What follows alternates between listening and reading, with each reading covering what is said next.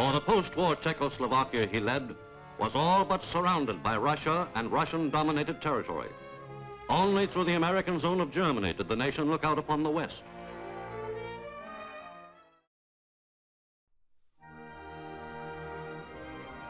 In the year of 1963, Anton Novotny, the leader of the Czech Communist Party, was forced to resign as leader of the Communist Party. He was replaced by Alexander Dubček, who, as a leader, preferred compromise and peaceful policies over force, which was a contrast in terms of the Soviet version of communism. Unlike Novotny, Alexander Dubček was not inflexible in his willingness to take on reforms from his communist allies. Several new reforms were put in place. These included the reduction in totalitarian aspects of the Czech Communist Party, greater freedom for the people, so this involved the ending of censorship, and the public were given the right to criticise the Czech government. Greater freedom for the party as well, whereas party members were given the right to challenge party policy and given the right to act on their conscience rather than to act on behalf of the party.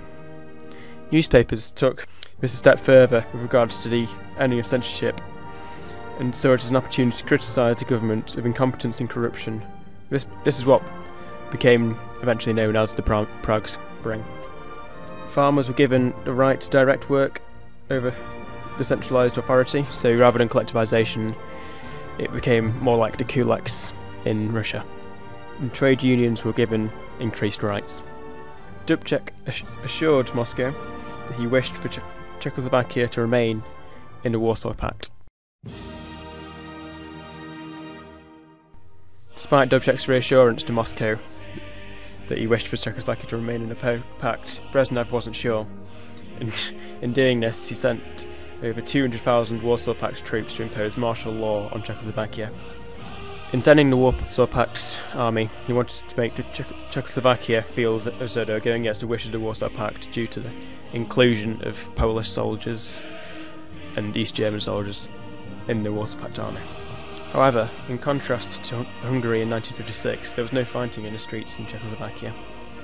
The most notable sign of protest was from a 20-year-old student named Jan Palach, who gained international publicity when he burned himself to death for the protests.